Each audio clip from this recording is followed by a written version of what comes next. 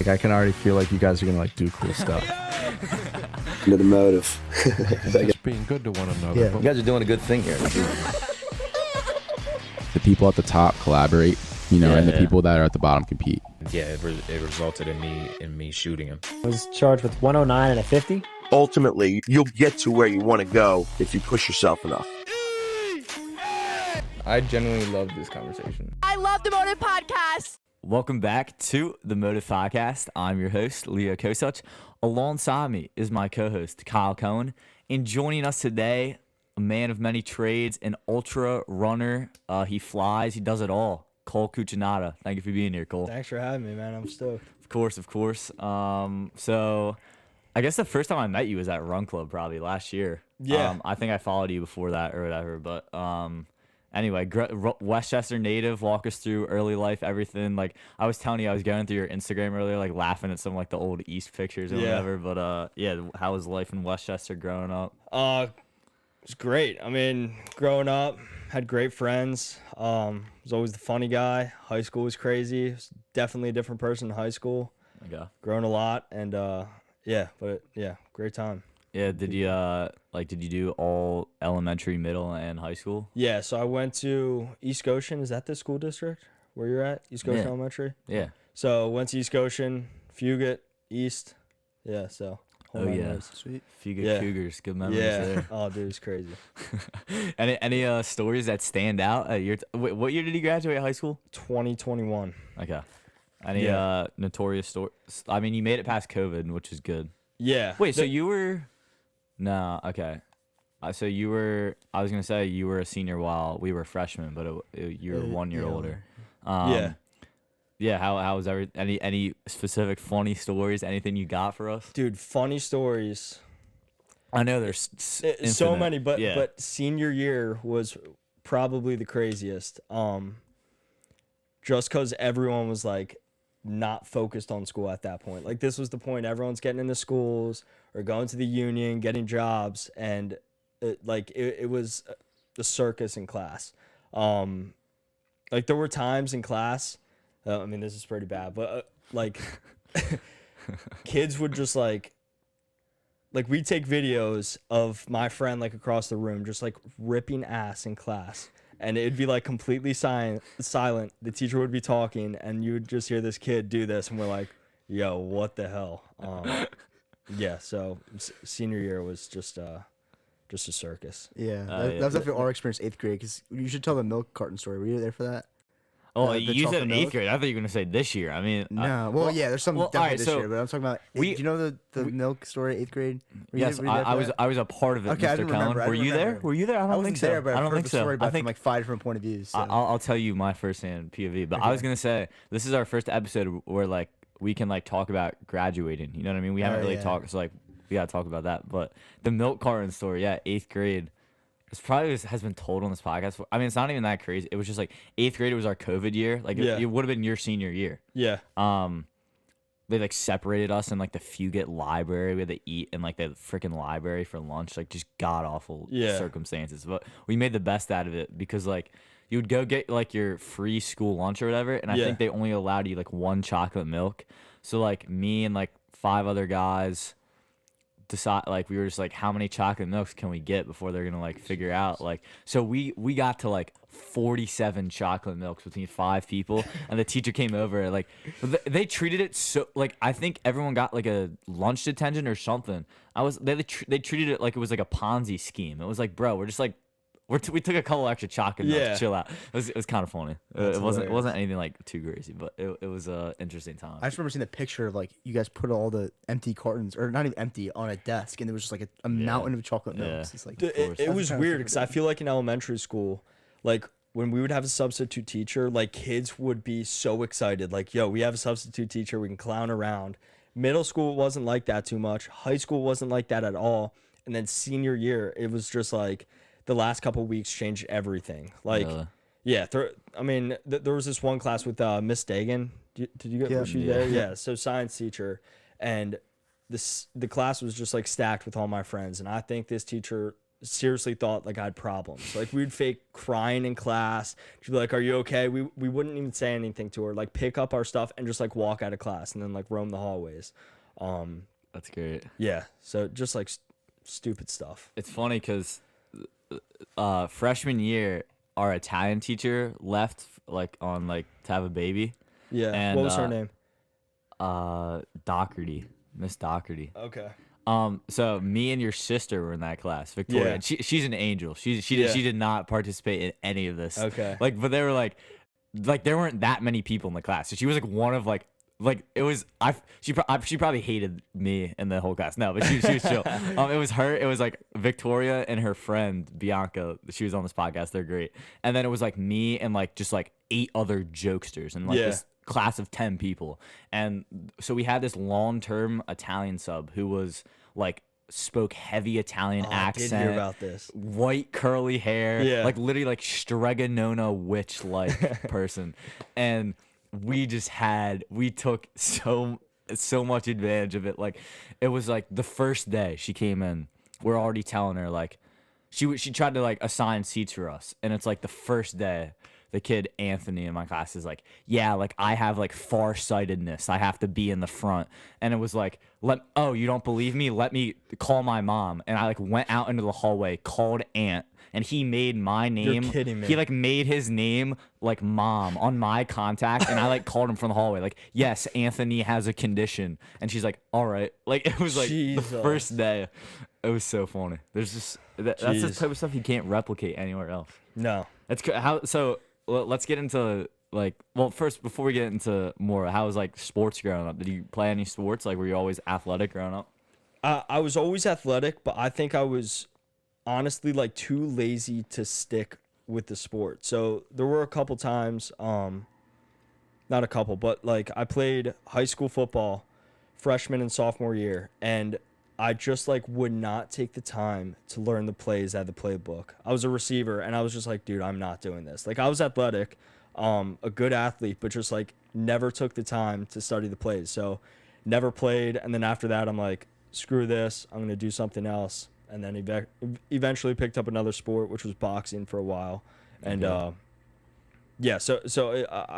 don't think I was as interested in like the football, lacrosse, baseball. It's just like other sports for me. Yeah. Yeah. Yeah. When did you pick up boxing? Was that like a high school thing or no? Yeah, so that was I remember my parents dropping me off. So it was before I could drive. I was like 14, 15 years old. I did that for 3 years and like loved it. Every second of it. Like just loved it. The guys there were awesome. It felt so good to just like learn how to fight. Like I became so much more confident in myself. I realized that like, I'm not the shit. Like getting hit a ton. And then it was just like a different sport. So it was cool to say that like, yeah, I boxed. While other kids are like playing football or lacrosse, it just felt good to like, I don't know, be different and have that sport under my belt that not many people did. Yeah. Was that like intimidating at all, getting into boxing or no? Yeah, it was. So like how cliche is like movies make the gym vibe for boxing? It's not on point for around here. So I did it out of Downingtown. It was a gym called Paramount, and it's primarily a jiu-jitsu gym, but they had a boxing program. And so like the gym was so nice. It's not like a hole-in-the-wall gym, like fresh mats, like fresh painted walls, like just the whole 9 yards. But like the Rocky movies, it's not like that unless you go, obviously, to Philly, where I've been a couple times. But yeah, definitely intimidating. First couple times I had no idea what I was doing, obviously, and but I got really close to the coach, and he loved me. So I'd always stay late and we'd hit mitts together. I'd always end up sparring him, and he taught me a ton. And then going with the coach so much, I'd go with like the other kids in there, and I got good pretty quickly, and would just end up like holding my own with these kids, and it made me so confident. But that was all because of the coach. Like the majority of the rounds were just with that coach. Okay. Yeah, but it was great. Do you watch a lot of fighting? You watch UFC? Yeah, I do. Not as much as you'd think. Like I don't know too many fighters, but like the big title fights, like the Sean O'Malley fight that just happened. Watch that. I went to a UFC fight in Miami, and that was really, yeah, it was sweet, dude. When was that? Last year, it was the Israel Adesanya fight. Okay. The one he won with what's his face? Alex Pereira. Is that the one where he's doing like the Trump dance in the ring after? I saw Izzy did that at one of the fights. I don't know. That might have been John Jones. I think Oh, it was John Jones. Yeah, Right. it was the one where Izzy like took out the bow. Oh and, yeah, like, that one. Yeah, That's sick. Yeah, it was sweet. Yeah, that's Great awesome. card too.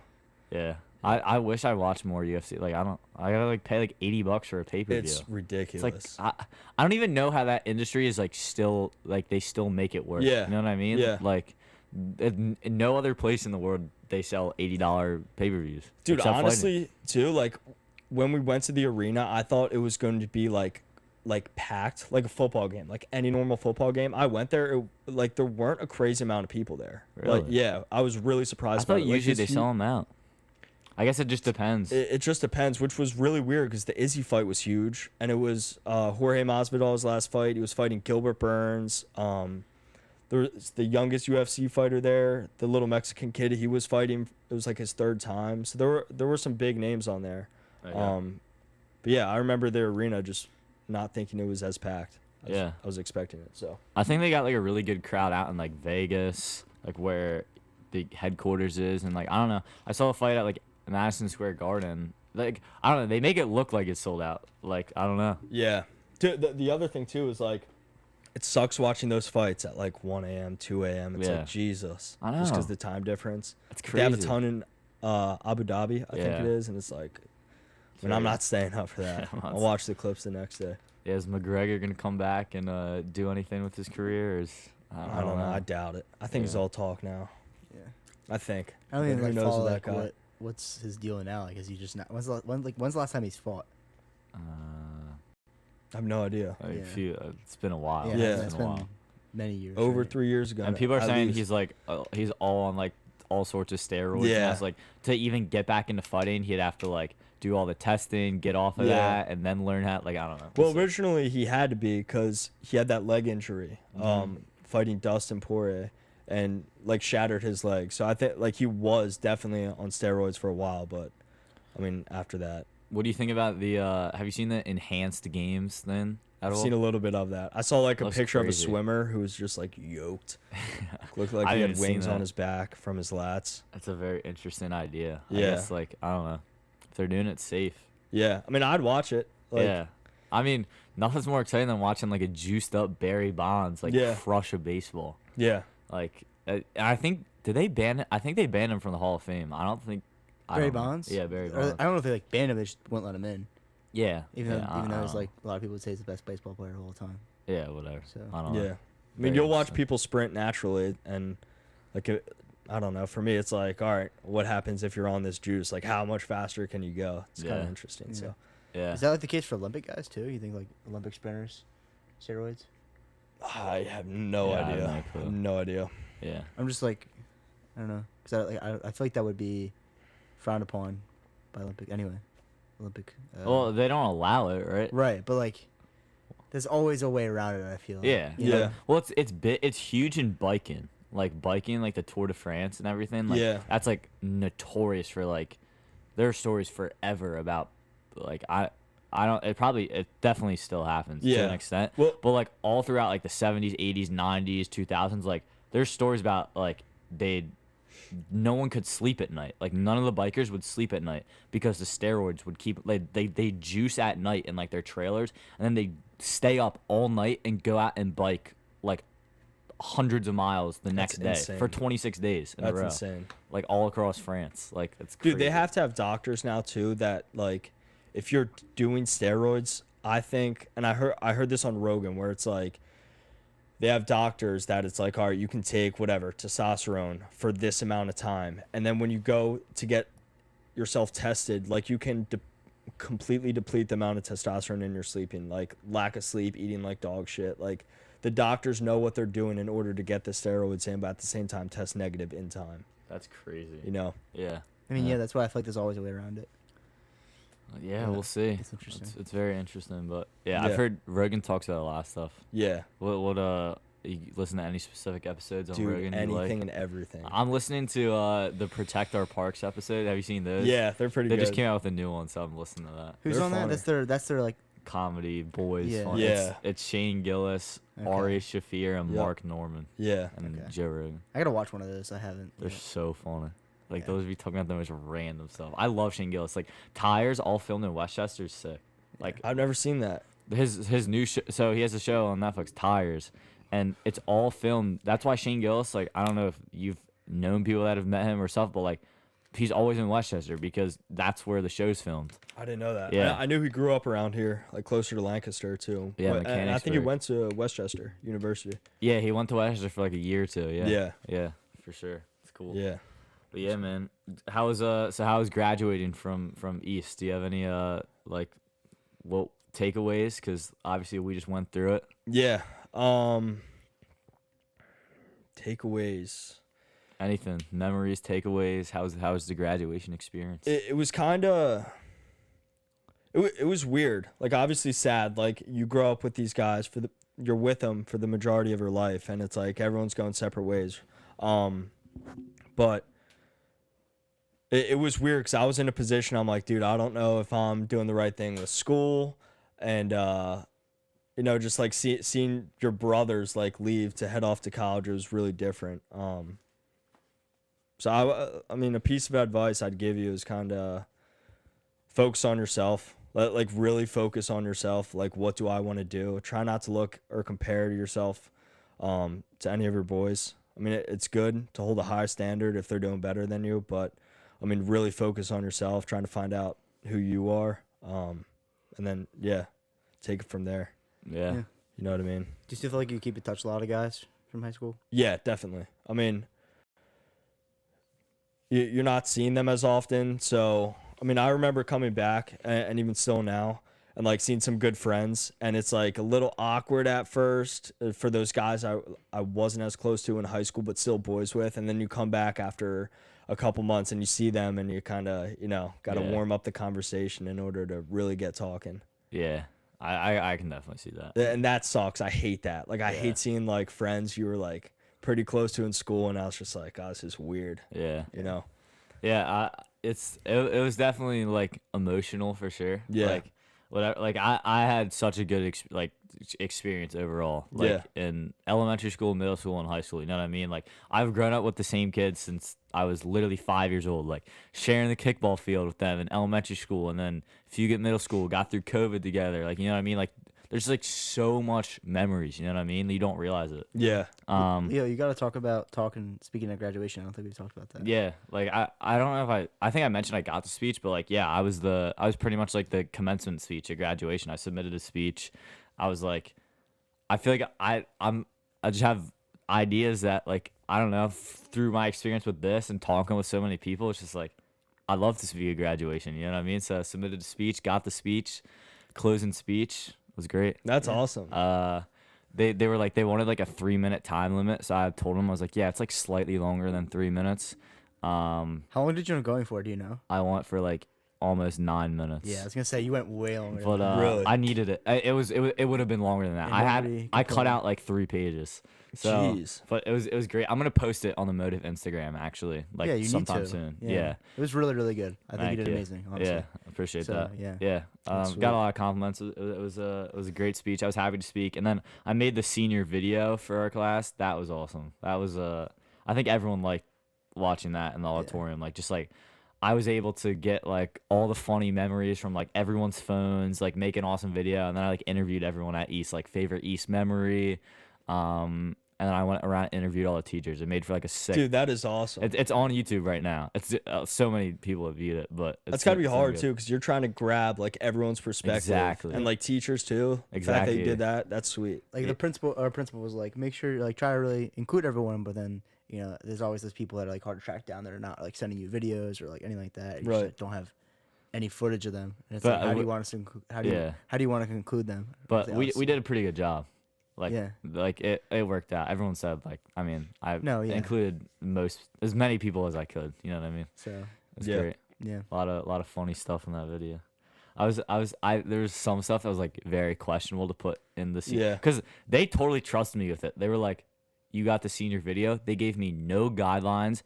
I didn't have to submit it anywhere before it was played in front of the whole auditorium. Oh, And I could have totally had a little fun with it. And I definitely did have a little bit of fun with it. I put some questionable stuff in there, but it was Like great. what was questionable that you showed them? I forget. I'm trying to think, just like, Because you did the last day of school thing where you included the Mr. Travis. oh yeah, thing. one of our teachers. Because then on my personal Instagram, I posted like a last day of high school video. I don't know if you might have seen it. I'm not sure. And like I had a clip in that was like this one substitute teacher comes in to our classroom. It's the last day of school. He's like, "We have a retirement ceremony. We are retiring." Kid's name. He's like, "We are retiring Brendan's vape pen in the bathroom. Everyone come down." I was like, I couldn't put that in the whole auditorium, but nah, it was great times. And like did you do the walkthrough the elementary schools? Yeah. Yeah, Dude, that was weird. That was weird. Where'd you go to elementary school? We went to Exton. Okay. Yeah. Because they completely, they like redid our school. Like That's how ours is. Was yeah. it? Yeah. So it was sucks. Like, yeah, it did suck. Like I've been back there, and like obviously some things are the same. Like it was really cool being in like I took a step out of the way, like just me, like out of the line. I was like, this is my first grade classroom. Like I have so many memories in my head of this classroom. I had to come in here like take a picture of it. You know what I mean? So like I walked in my first grade classroom. I walked in my fourth grade classroom. Like so many memories made in these exact rooms where like they're still here. It was weird too, because I'm expecting to see like all these teachers, and it's like half of them retire. That's how ours was too. Like, jeez, this is crazy. Only the grades were on a field trip. Yeah, that day, 3 of the grades were on a field trip that day. I was like, So bro, it's just so come dumb. on. Yeah. We played our last game of kickball though. We went out to like our kickball field and we like ran kickball. That was awesome. And That's cool. We did it like old times. Like we had the 2 kids who were always our team captains, who were the most athletic. We still had them like picked teams and we ran it. Who was it? It was Ashton and Fenton. Yeah, that's what I thought. Yeah. But yeah, it was great times. But yeah, just transition from that. Running, everything. How did you first get into running? Like how did you find that and find the discipline to do that, all that stuff? Yeah, so I mentioned the boxing thing. I was doing that for 3-4 years. And that's when I really started to run. So I was like, need better cardio. I'm getting gas in the gym. I'm gonna start running.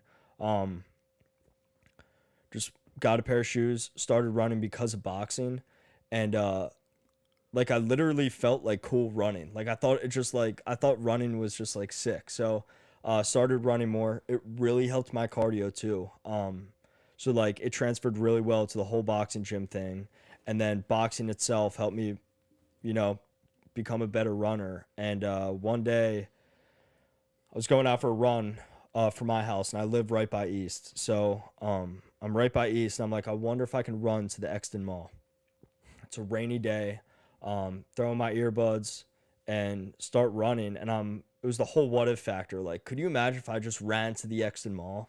And I ended up doing it, and it kind of took off from there. Like, I thought that was so cool. I was texting another friend who started running a lot, who did a half marathon, and so did that. I think that was like my junior or senior year of high school. Ran to the Exton Mall. Then it was the summer going in to my freshman year of college, and got like a real pair of running shoes at school. I didn't have a lot of, like, the school I went to, it wasn't a huge party scene. So, and I was drinking a lot as like a freshman. I was expecting this school to be like, yo, we're You're talking partying about every college. weekend. Yeah, now this is college. We're partying every weekend. Like, we're gonna have fun. We're college kids, college freshmen. And that's just not how it was. Like, we'd go get alcohol. We'd try to talk to these kids, and it's like a tech school. It's a super small school. Yeah, where did you go? Embry-Riddle Aeronautical School. Yeah, it's in Daytona. But just not what I was expecting. And was drinking a lot, and I'm like, dude, I'm done with this, because I felt like dog. And got a pair of running shoes, started running like 3 miles a day, and I did that for like 4 days a week. And then it kicked up to 5 days a week, 6 days a week. And I was like, screw 3 miles. Let me see if I can run 6 miles every day. Did 6 miles every day, 7 days a week. And I was like, I'm not going to stop this. And I probably did that for like 2 months straight, 6 miles every single day. And that's what really kicked it off. Awesome. So it was like, not being too social at school. My friends there, like, I love them to death, but it's like, it was really hard to grow a friend group, because it felt like everyone was like super just when I hate to say it, but like nerdy kids, like a ton of engineers, like everyone was super focused there. That was good on what they were doing in school. So it was hard to have fun. So I just got into the fitness thing and took off from there. Yeah, for So, sure. Yeah. That's cool. Yeah. Kyle's getting into running a little bit. I literally took just him started, for a run the other day. Oh yeah. Like the past month or two, I like just got into it. So it's just interesting to hear like your perspective, like talking about where you began, where it's like I just started myself. So I'm not doing anything crazy, but yeah, just a couple miles here and there. Yeah. Just did like a longer run yesterday. I did 5 miles. So Yeah. Which for me is longer. Yeah. But yeah, it's you been good. You gotta I'm have enjoying fun it. with it. Like it was cool to like travel somewhere for me to be like, oh, I'm gonna run from my school to like this restaurant or like here to the beach, and like every day kind of going farther. Kept it fun, and then not having the social aspect, I was able to like really focus on myself. And it sounds so lame, but like challenge myself on how often can I do this.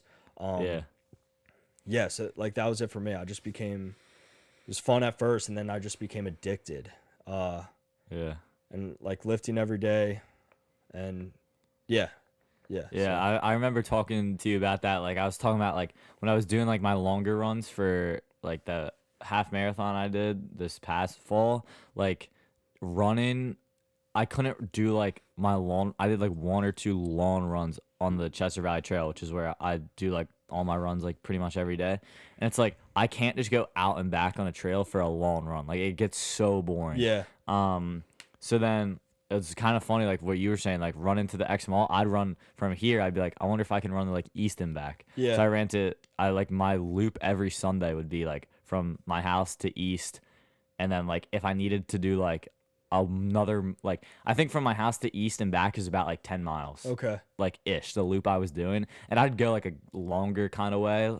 And like, of course, like you're running through neighborhoods, not on the main roads, like everything, like just connecting it. And then, like, if I needed a mile or 2 more, I just, like, run around the East Campus a couple times and then come back. So, yeah, that was my loop. But, yeah, like, I was talking with Kyle the other day about how, like, the running, like you were saying, it's so personal. Like, do you use Strava? No, I'm not on Strava. Me too, because, and literally, the one guy, he's a crazy runner. He keeps telling me to get Strava. But I just use Nike Run Club to track my runs. Yeah. But, like, the whole point of me running is to do it and not have to post it somewhere. Dude, you know what I mean? 100%. So I was like, if I get Strava and I'm like seeing other people's runs, like nothing will kill like how like my runner's high feeling so good if I like go post it on Strava and I see like someone did like a mile more than me. Like I don't need to see that at all. Yeah. I mean, I was posting a lot when I was doing that. Like I said, I was running like the 6 miles a day. And like working out on top of that. And then I started to get into the 75 hard challenge. When I was doing the 75 hard challenge, I was posting like every day. And that honestly, it kept me running, but seeing other people post it, like it was horrible. Like I hated seeing someone faster than me or like went longer. And just now I'm kind of figuring that out where like on your watch, it's your watch. Like every time you don't have to hit a PR. Like it's not like you don't have to race yourself every time. Like I'm finally at the point where it's like I can go and like really enjoy a run instead of challenging myself. And I'm not looking at the numbers like on my watch, like, oh, like 7:30 pace. It's like, dude, I'll hit a 9 minute, 10 minute, 12, 13 like minute miles. Like I'll walk too. A ton. So yeah, but I think that definitely like nerfs the feeling. Yeah. What was the first big race you did, or just like race in general? My first race ever was the 50-mile ultra. Wow. Yeah. Like even like 5Ks, 10Ks. Do you do anything like that? I did a 5K in elementary school. Okay. Yeah, it was like Boys on the Run or something like that. But that was it. I hated running before. Yeah. I hated it. Yeah. Yeah, it was a 50-mile run. Wow. And yeah, I just saw some kid who I knew in Florida. He posted that he did it, and I was running every day. I didn't even know what an ultramarathon was, and he posted that, and I was like, I wonder if I can do it. Signed up for it like 4 weeks out, and I crushed that race. That was probably my best race. That's awesome. Yeah. First one. Like, first one. Yeah. So and I didn't. Kept you going. Yeah. So and I wasn't. I didn't have like a training plan or everything. I was just running every day because that was part of my routine, and crushed that race. I placed second overall. Was not expecting that. The course was pretty unforgiving. You're like walking through water, walking through mud.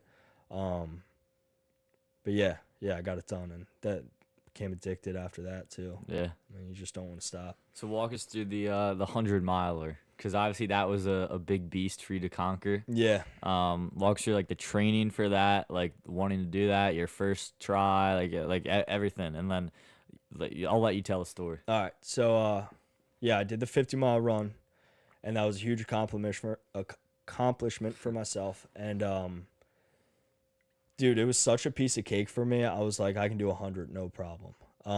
So within that same year, I signed up for the first 100-mile race, and I wasn't running as much as I should have been. Like, I was running every single day for this 50, overtraining, and the 100-mile run was coming up, and I'm like, dude, I don't have to do that much. Like, this 50 was cake. I'm gonna like give this 100-mile race a shot.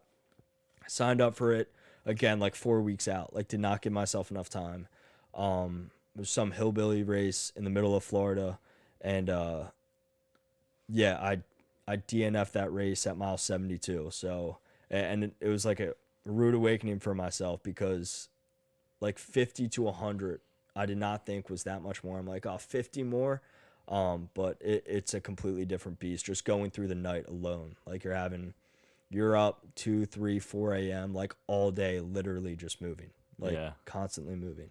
How long what time did the 50-miler take? Like, what time in the morning to at night? I think we started the 50, I think it was 6 o'clock, and it took me 12 hours to do, which in the grand scheme of like 50-mile races, that's not a good time at all, but the course was just rough. So I think that's why I was able to like place what I placed. What did you just ask? I just asked what time. Like, yeah, what okay. That's time 6 a.m. to 6 p.m.? Yeah, it was like 6 a.m. I forget the exact cutoff for the 50. You might have had 30 hours to do it, because it was also a 100-mile race. So, I mean, they have crews out there for the 100-mile people too. So I think you had like a long time to do it. So when you're doing the 100, like what, like pace and the 50, like walking, because like you see like the really slow jogging, and it's like, I feel like walking could almost be faster. You know what I mean? Yeah. Like, so what's like the training like? And the pace, like, the pace, whatever. Yeah. So the mechanics. I'll hit the pace first. So I thought, when I saw the kid who did the 50-mile race, I'm like, dude, you're running the whole time. It's as much as a walking game as it is running. For the 50, I definitely ran more than the 100. So like, the 50-mile race is exactly what I thought it would be. The 100-mile race, I think I was expecting to run at least the first 30 consistently. But that course was freaking nuts as well. Just because like rain, mud, roots. It was in the trail this time. So I started walking like within the first 10 miles, I'm pretty sure. So within the first 10 miles, I started walking. And like even like not being able to think of that before, it kind of, like I was pissed off. Like I'm already walking. Like it's only 10 miles in, and it really pissed me off. Like, dude, I'm already walking at mile 10. Yeah. So mentally that didn't sit well with me.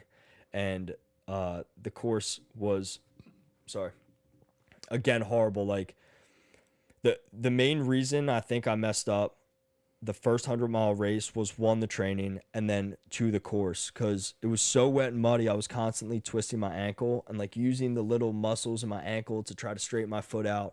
So my ankles were torn apart, my hips were torn apart, because I was lifting up my feet with like a ton of mud on them, walking through waist deep water. So I just wasn't prepared, and the course was very unforgiving. My nutrition was dog crap. Like it was a shit show. Yeah, it was a shit show.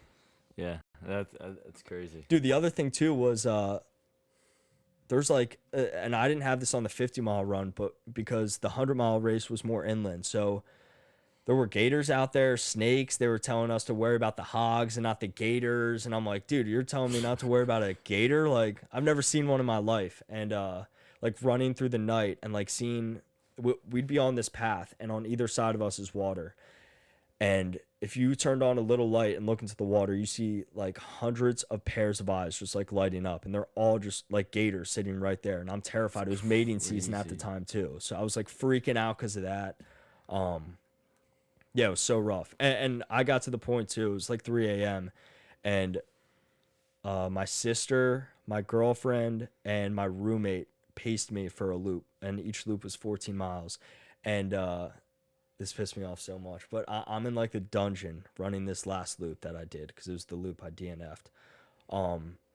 But they're behind me and they're like freaking out about the gators. And the last thing I wanted to hear was like their voices like laughing and being all happy and like kind of scared and like, and I was just in the dungeon, like not wanting to talk, not wanting to hear like these girls behind me laughing. So I was getting really short. I mean, you just pushed one of them in the water. What's that? So you just push one of them in the water. Yeah, exactly. So like, what about like for the stuff where you were going through wasty water?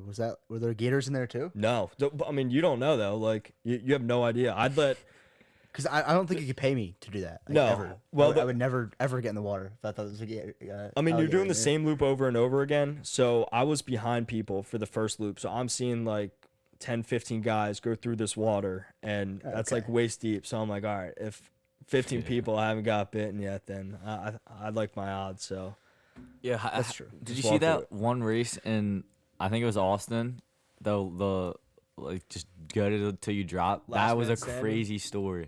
I saw like a cool Insta reel on that. Like, so there's a race. It's it's a 4 mile loop, and what you do 4 miles on the hour, right? Yeah. I think so. That like this is the type of stuff that's just like so cool but crazy at the same time. Like 4 mile loop every hour, you have to run 4 miles. Simple as that. And you have contestants from everywhere, and you literally just run 4 miles every hour till there's one person left. There's no distance. There's no anything.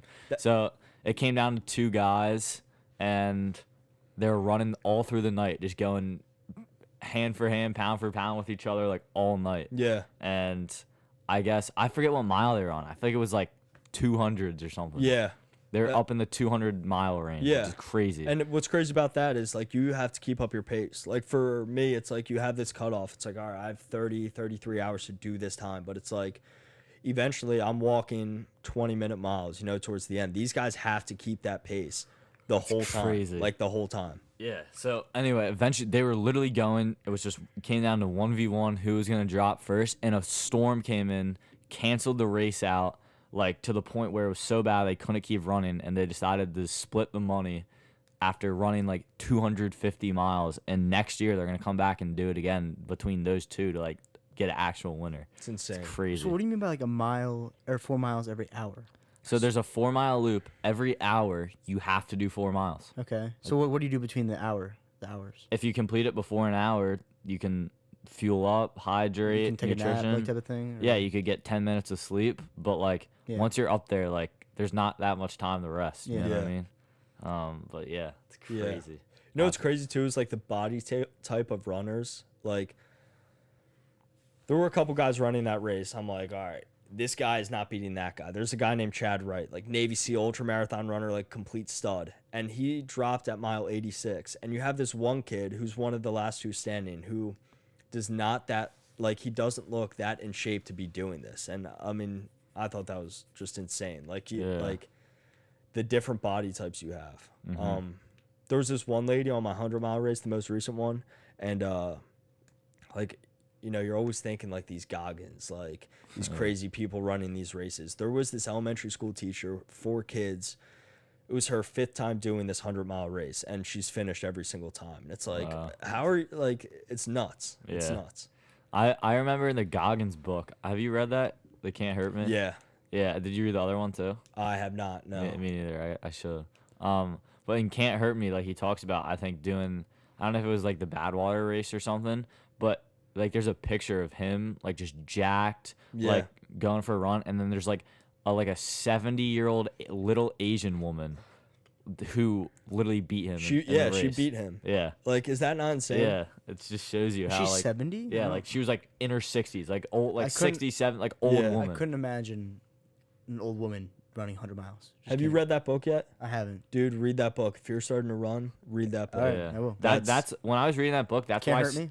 Yeah, I'll give it to you. I'll give it to you All right, today if you sweet. want. Yeah, definitely. Literally, that's like what made me sign up for the first half marathon. I read it last spring. I was just like, it's only 13 miles. I gotta do the half marathon. Yeah. Now I'm in the boat of.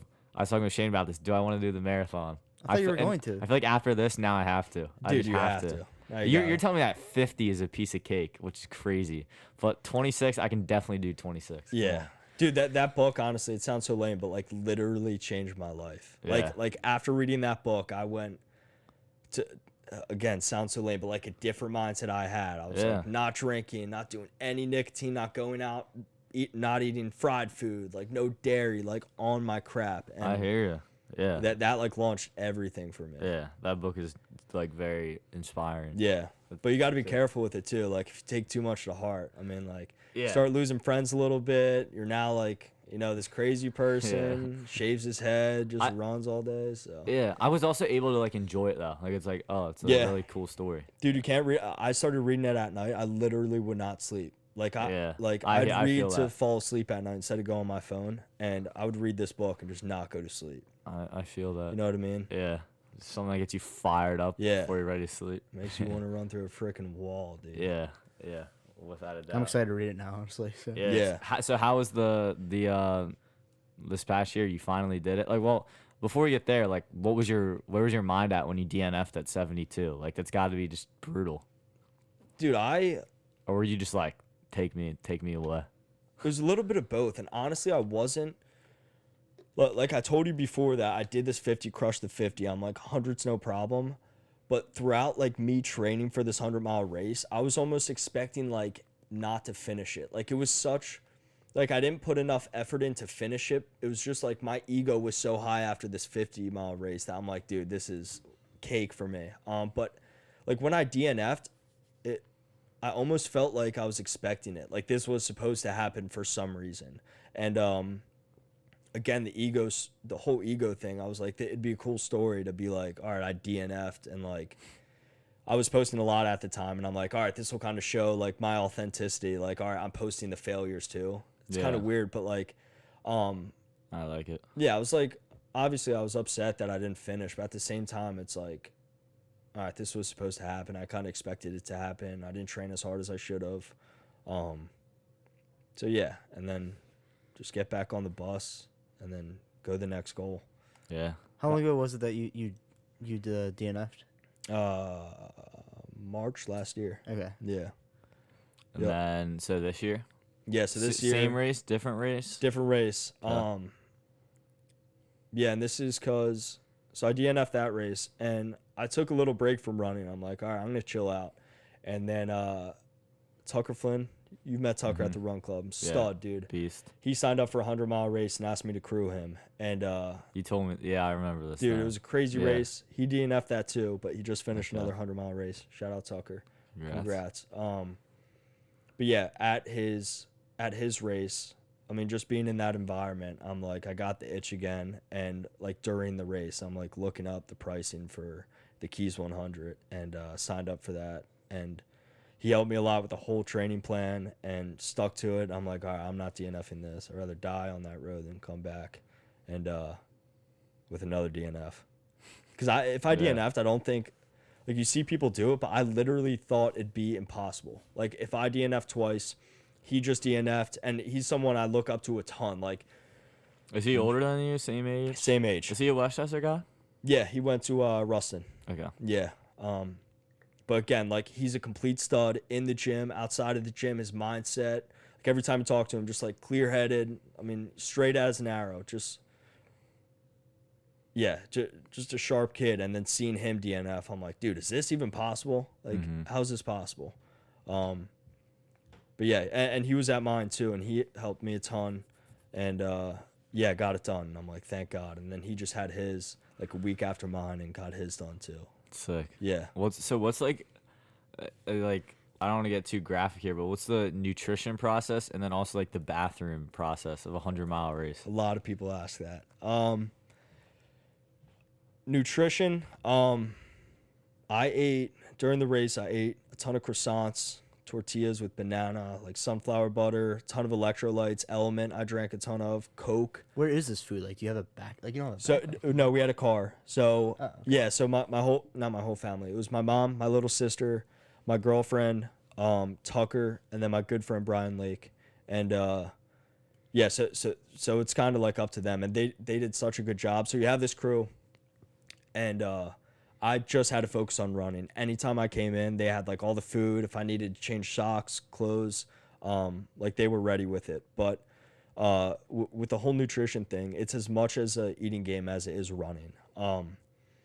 So I was eating like whatever, as much as I could every single time I stopped, which helped a lot. Because there's a point too, like you'll get super nauseous and like not want to eat, not want to drink a thing. And those guys were like on my back, like, yo, eat this. Like it'll be better in the long run. Just eat this, eat this. So ate a ton of food, and that helps the mental game like in a huge way too, which is like 90% of the whole running thing. So I credit the nutrition to why I finished. Okay. Yeah. What about the bathroom part? The bathroom part. If it's not so too graphic. The other ones I did were all trail runs. So it was free game there. You could, do whatever you needed to do in the woods. But this last one was all on like this highway, on the side of the highway. So you had to hit like porta potties. You couldn't do it on the side of the road. I did do it on the side of the road if I needed to. You weren't allowed to though. And there would be like different bathroom stops on the road. So it wasn't as bad as you think. But Yeah, that scares me the most, honestly. Yeah. Like, dude, so I did a marathon after the 50-mile race, and usually I don't have to go to the bathroom that bad. I hit mile 7 in this marathon, and I had to go to the bathroom so freaking bad, and it wasn't number 1. Yeah. And it was like on this path throughout like this park pretty much, and I had to go so bad. I pulled off into the woods and did what I needed to do, and it was like and by the woods I mean like a strip of trees, and on one side is a bunch of runners running this race, on the other side is like a park. So that was scary, but that was the worst bathroom story I got. Dude, that happened to me at like mile 8 of Broad Street this year. Do they have bathrooms lined up there? Because it doesn't look like. No, they do, but like, you're not catching me stopping on a 13 or 10 mile race, bro. Right. I'd rather, unless I really have to, which I was almost there, trust me. But like my pace, you can see I was consistent. I was like 7:09 mile 1, 2, 3, 4, 5, 6, 7, 8, and then it was like the last, like then it was like 7:20, and then like 7:28 because I had to slow down a little bit. You know what I mean? Yeah. It was bad, but hey, we made it through. We made it through. You did your half marathon at a 7-minute pace? That was Broad Street. That's 10 miler. Okay. But yeah, I did that at a 7:12 was my average, and then a half.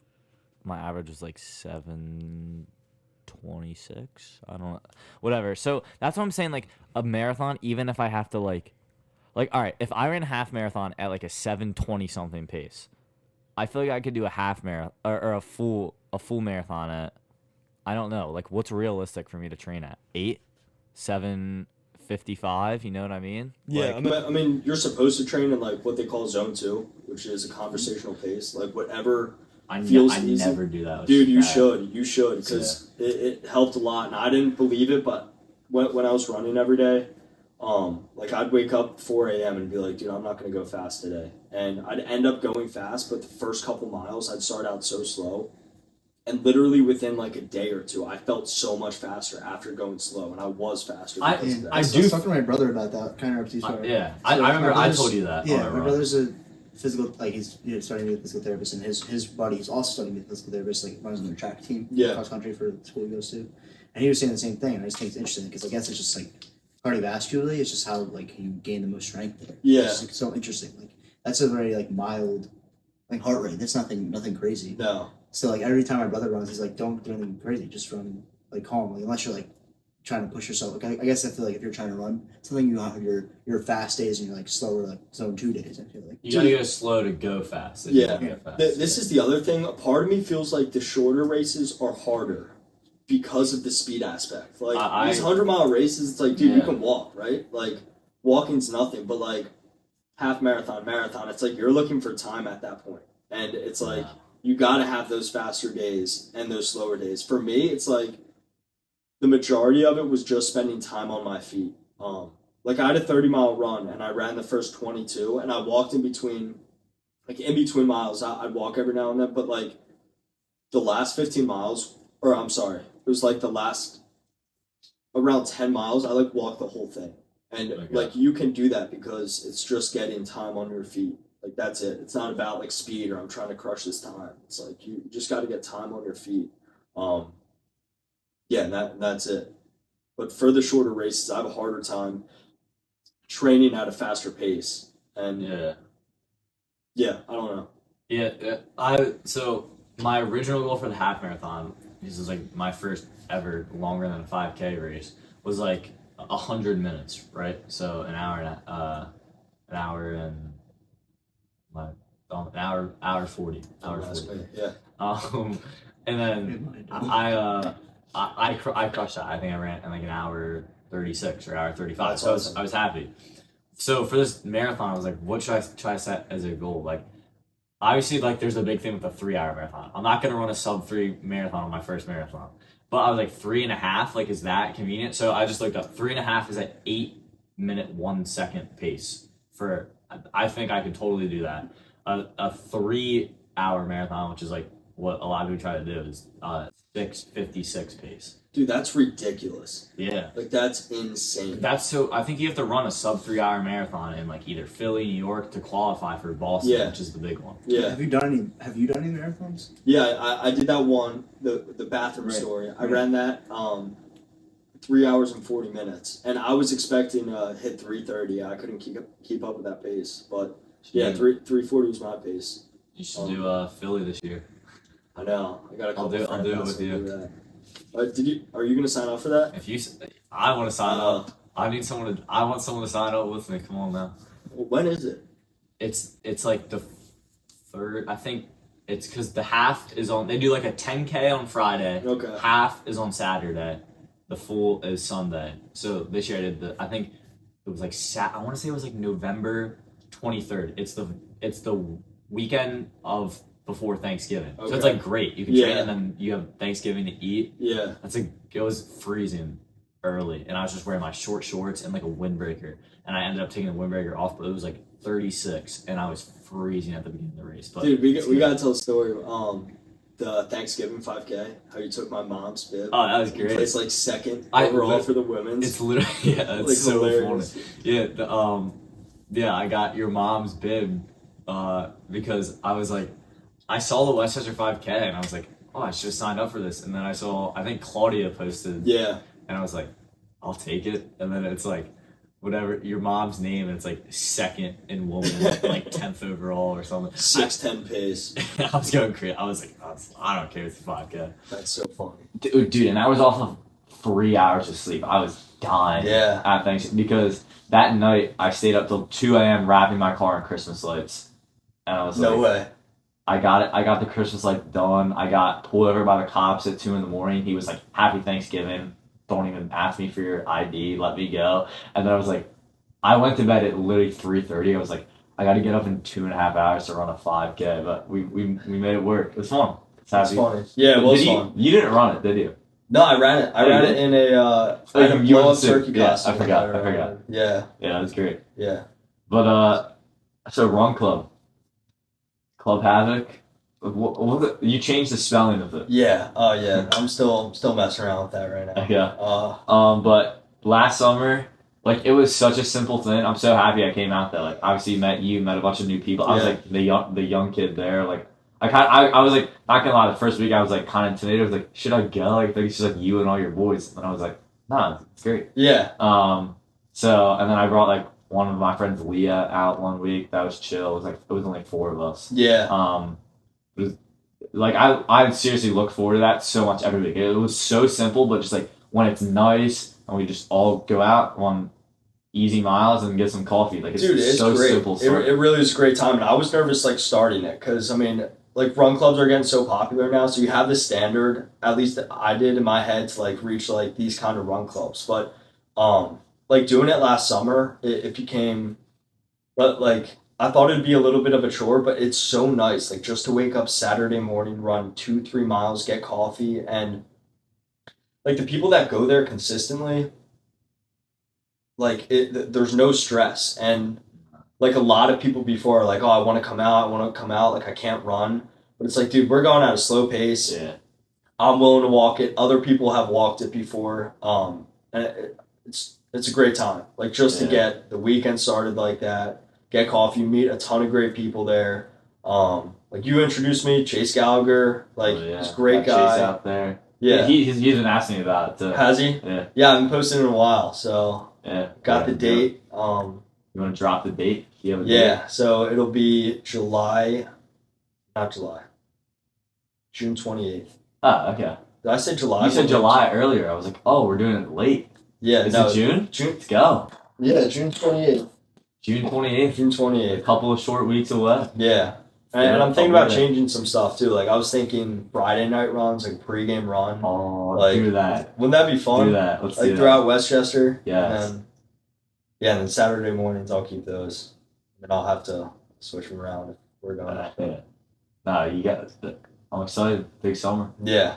So film some content. Yeah, you're a huge help with that too. I see a couple quick things, but I'm happy to do it consistently if we want it. Yeah. I love it. So yeah, get Kyle out there. Yeah, I really want to go. Yeah. I don't know. So, what do you guys usually do for like a typical run? Dude, we were doing. It was like just about 2 miles, like under 2 miles. It was 1.9, and we run it at like a 9:30 pace or something. Okay. Yeah.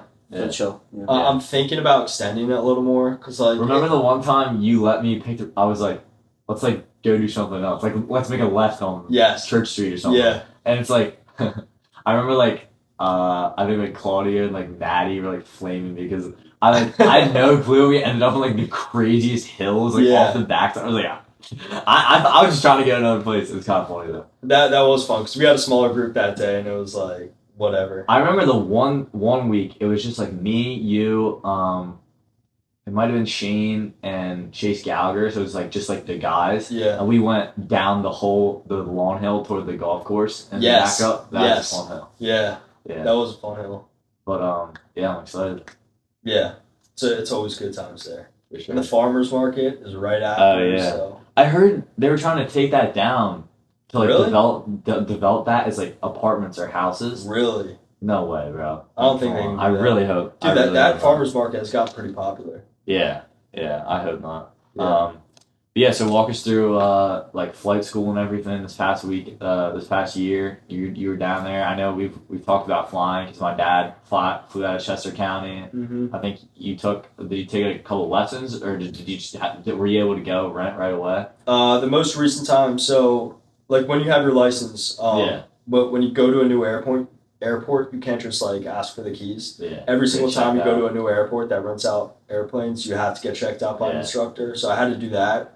But yeah, after that you can just rent and essentially go wherever. I didn't though because I was like I haven't flown in a while. I went up with an instructor a couple times, just to hammer takeoffs and landings, and then then rented. And here was the first time I rented like alone, and I took up my dad and my girlfriend, and it was awesome. Yeah, it was cool. Yep, I love it. Yeah, it's so fun. Flying down the beach at the summer, that's always a fun time. But so I rented out a plane Saturday.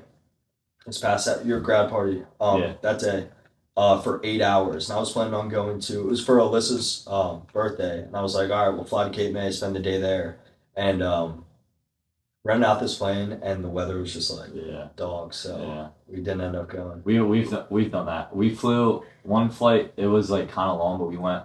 Like the Hudson River corridor is so sick. You can go up to New York, fly like literally below the buildings. Yeah. Up the river, turn around at the GW bridge, and then you come back down the other side of the river. Like, and it's like you just call out like on the radio, like you're just like there's on it, like because they enter you through the corridor, and then it's literally just like up the river, like through the is it a bay in New York?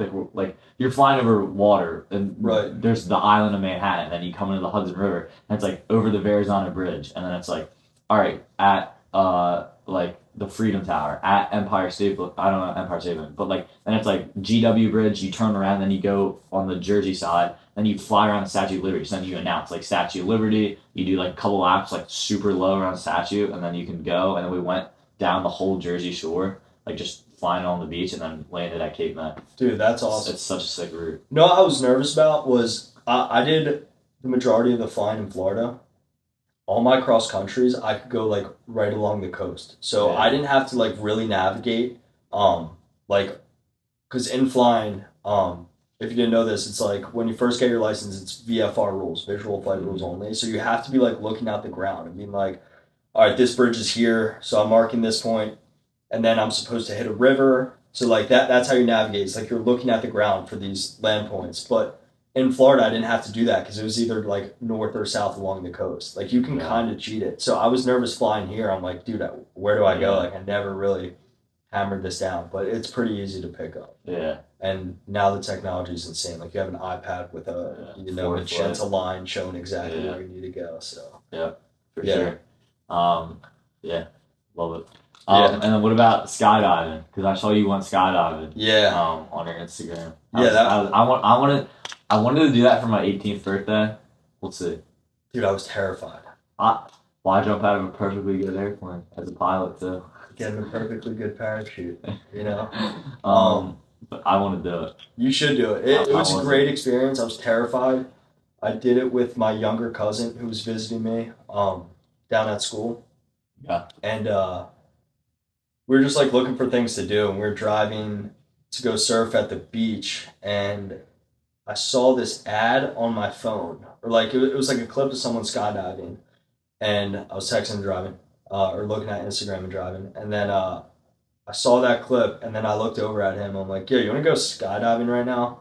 And he looked at me and started laughing, and he's like, "Seriously?" And I was like, "Yeah." So we called the skydiving place close by us, and they had an opening.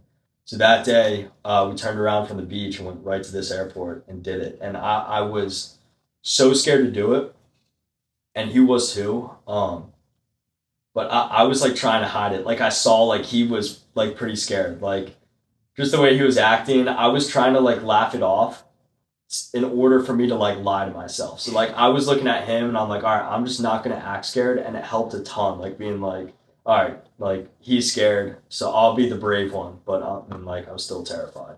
And then like flying up in that plane, you look like you're so high up. And this guy came over to us with a camera and was like, "Hey, we're halfway there. Like, you halfway ready to jump?" And I'm like, "Halfway there? Like, it looks like we're 10,000 feet off the ground right now." So I mean that was pretty funny, but yeah. What do you jump from? What height do you jump at? I think we jumped from, it was 11 or 12,000 feet. Okay, wow. Because I remember looking back at the video and it was like hot. It was like 5,000 something feet, and that's when he came over to us and we're halfway there before we jump. That like makes it even worse. It's like in your head. Yeah. Don't tell me that. Just like let me jump out of the 100%. plane. Yeah. That's good. I want to try to barefoot this weekend. I gotta ask my dad if he Are you going?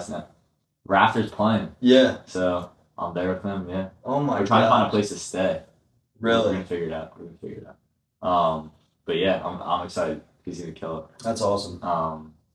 I hope like some cool backstage stuff. Yeah. We'll see what happens. But yeah, excited for barefoot. I've never been. Have you? Yeah, I've been twice. Great time there. Yeah. Yeah. Yeah, it's a great time. It's crazy. It's fun there. Yeah, it is crazy. Yeah. But all right, so to transition back, maybe we can start to wrap it up. Like, so between this is like some ChatGPT out question, but but this is like, so saying discipline, like how important is it? How did you find that? Like through running, through like your personal life, everything. Like what do you find that's most important? Honestly, I mean, I'd call myself pretty disciplined right now. Through the experience that I've had, I don't think I was ever searching for discipline though. I was kind of looking to not be like everyone else, and that sounds lame and cliche, but like I never really wanted to be on the same path that everyone else was on. And I always liked the idea of like, what if I could do this? What if I did that? What if I did this challenge? And then like kept going with it. And in order for me to find that discipline, I think I really had to isolate myself. Like I touched upon the whole social thing at school throughout college. Like I wasn't partying a lot. I was trying to party a lot. And the party scene just wasn't there. So I got into the fitness thing, became addicted. And when I was in like that addiction phase of constantly running and working out, I completely isolated myself from friends. So I was not going out at all. You weren't catching me grabbing something to eat with some like friend. It was just like me in my own head. And I think during that time I really found out like who I was. Like throughout your whole life you have labels on yourself, whether that's your family putting them on you or friends. Like through high school I was always the funny guy, or like at home Cole's room is always messy, or like Cole won't do this, Cole won't do that. But when I went to school and was like truly by myself in my own head, not hanging out with friends and like doing what I actually wanted to do, you really find out who you are and like what your boundaries are. Maybe I'm not the funny guy. Like maybe I'm not always messy. Like my room's clean as hell right now. Like you're not that guy. And throughout that isolation, again, I found out who I was, and yeah, that's where I got the discipline. It's not like I was searching for it. It's just like, this is kind of who I am now. Yeah. I totally feel that. What's like a typical week look like, by the way, like currently for training between like lifting, running, everything? Dude, currently right now it's like nothing after this race. I've ran like 3 times since the 100-mile race, so I'm focusing on building muscle back because I feel like I'm skin and bone right now, just super weak. Usually though, I'm up. I try to run like 3-4 miles a day, like trying to get 30 miles a weekend, and then lifting. I lift every day, like 7 days a week. And not all of them, like not every day I'm going out and like crushing the weight room or like crushing a run. I mean, I'm just looking to stay moving. Helps me mentally more than anything. So, yeah, I'm in the gym 7 days a week, but like I'll have a rest day, but that rest day is in the gym, and I'm just taking it easy in the gym, whether that's on the bike, walking, lighter weights, or just taking it easy in the gym. But I'm always there getting it in. So yeah. Can I mention how the other day? So we talked about how your real name is Nicholas. Yeah. How did you get Cole? So it's a weird story. I mean, I tell everyone just to kind of avoid the conversation, like, oh, Nick Cole list. Like, so my parents went with like the middle of the name as my nickname to call me Cole. But my father's grandfather's name was Nicholas. So my dad wanted the name Nicholas, and my mom liked the name Cole. So they literally just compromised with on the birth certificate, let's keep it Nicholas, but let's call him Cole. That's it. That's it. So, yeah. I think that is a crazy compromise. Like, if I ever someone like, there's a disagreement for a name, all right, I'll put your name, but we're just never calling it. That's funny. Yeah. I feel like my mom kind of won that one. Yeah, great. Because, Kyle, you want to bring it home with your favorite question? Yeah, our favorite question. Camaro / Chevrolet shirt, like it? Yeah, thrifted shirt. Do you have any advice for us, just in general in life and anything? I mean, I kind of have to repeat, similar to what I just said. Like, find out who you really are, and I think that takes isolation to do that. I mean, what you guys are doing right here is freaking awesome. Like, you always hear kids kind of talking about it. I want to start this, I want to start that. You guys really did it. Like, you created this awesome podcast. It's killing it. But yeah, the advice would be to find yourself and isolate yourself. Take those labels off that everyone, puts on you. Funny guy, like maybe you're not the funny guy, or, maybe you are smarter than you think. So take the labels off, find out who you really are, push yourself. And I mean, sounds lame too, but like get uncomfortable, like constantly try new things that you're scared of. Because I never liked running. I was never a runner. Now I can call myself an ultramarathon runner. The reason I got into flying was because I was terrified of flying. Like, I had to go on a family vacation trip and take a plane, and I was not getting on that plane. I was telling my dad, like, dude, I'm not getting on that plane. He got me a discovery flight where you go up with an instructor, do a flight. And I did that, got interested in it, got my pilot's license. Now I can call myself a pilot. And honestly, I'm still a little uncomfortable in the plane. Like, it's still a fear of mine, but like I can call myself these things. So yeah, find out who you are, take the labels off, and yeah, just do things that you're scared of. Well, that's cool. And you know, that makes, like, that's awesome what you just said, but also it makes your bio make so much more sense now. On Instagram. Oh yeah. It makes so much more sense. Yeah. You're like a pilot, but I'm scared to fly. I'm Yep. like, what does that really mean? Yeah, love to run or hate to run. Yeah. Yeah. So yeah, that's awesome. Yeah. Thanks for coming on. Yeah, of course. This Thank summer, you guys. I'll see you around. Run Club, a couple weeks. Yep. Yeah, Club Havoc. Everyone come out. Westchester, PA, Saturday Yeah. mornings. Have a good time. Meet some people. Yes, sir. All right, appreciate you coming on. Thank you, boys. Out, Motive Podcast. Peace.